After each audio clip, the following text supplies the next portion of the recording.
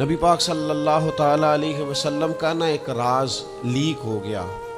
حضور مکہ مکرمہ پر حملہ کرنا چاہتے تھے تو ایک خط لکھ کے دیا گیا ایک عورت کو کہ جا کے پہلے سے آگاہ کر دو مکے والوں کو کہ تم پر حملہ ہونے والا ہے۔ اس عورت نے وہ خط اپنے بالوں میں چھپایا اور وہ نکل گئی۔ اللہ تعالیٰ نے محبوب پاک کو اطلاع دی۔ حضور علیہ السلام نے حضرت مولا علی کو 2 صحابہ کے ساتھ بھیجا، فرمایا مقام خاخ پر تمہیں ایک بی بی ملے گی، اس کے پاس سے خط ہے جو کفار کی طرف جا رہا ہے، اسے گرفتار کرو، وہ خط لے لو اور واپس آ جاؤ۔ حضرت مولا علی شیر خدا رضی اللہ تعالیٰ عنہ وہاں پہنچ گئے، اس خاتون کو گرفتار کر لیا، اس کو کہا وہ خط دے، وہ کہنے لگی میرے پاس تو نہیں ہے، کوئی خط نہیں۔ تو حضرت علی فرمانے لگے چونکہ میرے نبی نے کہا ہے تو خط تیرے پاس ہی ہے۔ ساڈے نبی دی زبان ساڈے واسطے قرآن، وہ زبان جس کو سب کن کی کنجی کہیں، اس کی نافذ حکومت پہ لاکھوں۔ خط تیرے پاس ہے۔ آپ نے تلوار نکال لی، فرمایا نکالتی ہے کہ نہیں؟ اس نے بال کھولے، خط نکال دیا۔ وہ خط جب کھولا تو خط لکھا تھا حضرت حاتم بن ابی بلتع رضی اللہ تعالی، بدری صحابی۔ وہ خط لے کے آ گئے، نبی پاک کی بارگاہ میں پیش کیا۔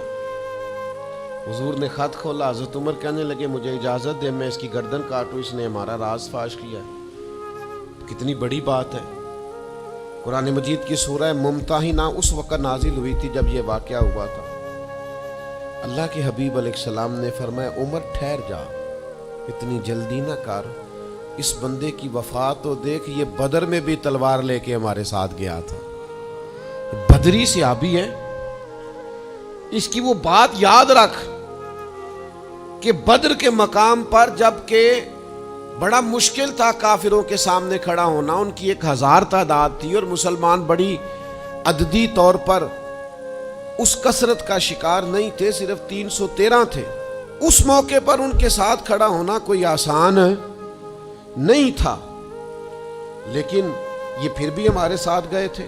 تو حضرت عمر رضی اللہ تعالیٰ عنہ جب چپ کر گئے تو اللہ نے قرآن نازل کیا، کہا اے ایمان والو یہودیوں اور عیسائیوں کو اپنا دوست نہ بتاؤ۔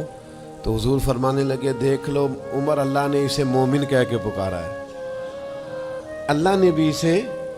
اب نبی کریم نے فرمایا بتاؤ یہ تم نے کیا کیا؟ تو عرض کی یا رسول اللہ صلی اللہ علیہ وسلم آپ میرا ظاہر باطن جانتے ہیں، جتنے بھی یہاں سے لوگ ہجرت کر کے مکے سے آئے ہیں نا، ان کا کوئی نہ کوئی رشتہ دار مکے میں ہے جو ان کے رشتہ داروں کا، بال بچوں کا، گھر والوں کا دھیان رکھتا، میرا وہاں کوئی بھی نہیں۔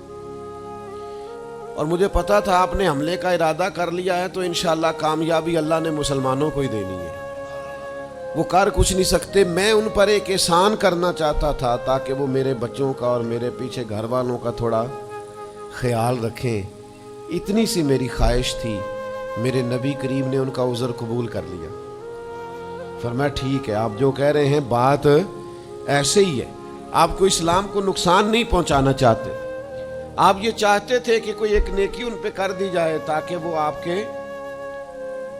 تو اتنی بڑی بظاہر بات تھی لیکن حضور نے قبول کر لی۔ معنی کیا ہے کہ دوستوں کی پچھلی نیکیاں بھی یاد رکھنی چاہیے، ان کی پچھلی بھی خوبیوں اور پچھلے بھی معاملات کو تھوڑا یاد رکھنا چاہیے۔ ہم کیا کرتے ہیں؟